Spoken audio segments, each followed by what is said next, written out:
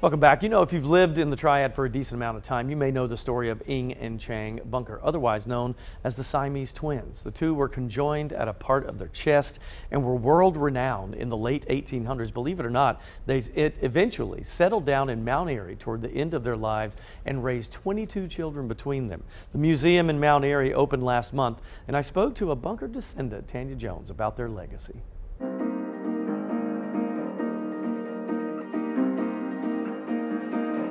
Tanya, this is really cool. I mean, of course, you and I go back a long way. Let's talk a little bit about your personal story involved in this, because, you know, Ing and Chang were global phenomena.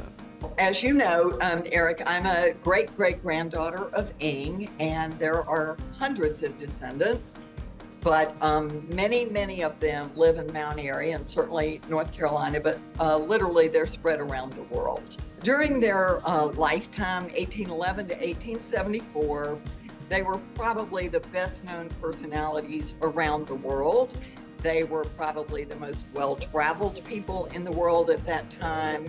The media that existed, they were front and center in that media. They thought it would be nice to have a home rather than just traveling from one hotel type venue to another to be exhibited.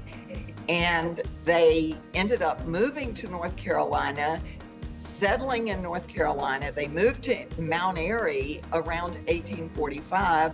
You know, you think about, people hear Mount Airy, they think Mayberry, but this is such another example, another aspect, right, of what's to offer up there. Well, it's certainly very exciting. We have a lot of tourists who visit Mayberry and the Andy Griffith Museum, the Andy Griffith statue. This is located directly across the street.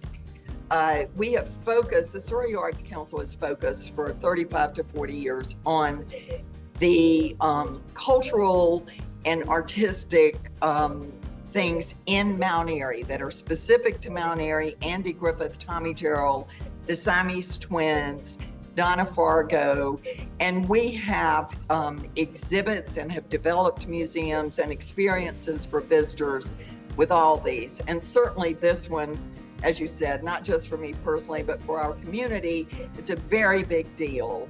Tanya, thank you for letting us talk to you about this, and also your personal story with this is really cool. Thank you so much. So it's interesting. So I've known Tanya forever and ever, and because she runs the Surrey Arts Council. Okay. And so when I was coming up as a kid and I was doing all those plays, I knew her from that. But I didn't know until I was older when she said, "Oh yeah, I'm the great-great-granddaughter of Ing Bunker." And I said, "The Siamese twins?" She said, "Yeah." So they traveled the world. I believe they were with, at one point, P.T. Barnum or Barnum and Bailey, and they were put on exhibition, but they were really intelligent men, and so they were just like this unusual thing. And they would travel the world and get paid lots of money. So they made a great living at it, and they ended up retiring. They said they wanted to be out of the limelight in rural North Carolina somewhere, and chose Mount Airy. I love that. So you have to go check it out. Yeah. The museum's really cool. I also think, I wonder if it's something that they make sure, you know, their lineage, they tell, you know, this was your grandfather kind of thing, because how she knew, because I feel like, you know, lots of times maybe we're related to somebody really interesting as well, maybe we just don't know. That's what Ancestry.com is for. And everybody does that. It's you find out a lot of stuff from That's Ancestry.com. There was I think there were about 1,500 descendants of Ing and Chang in Surrey County. That's awesome. All right, we'll take a break. Be right back.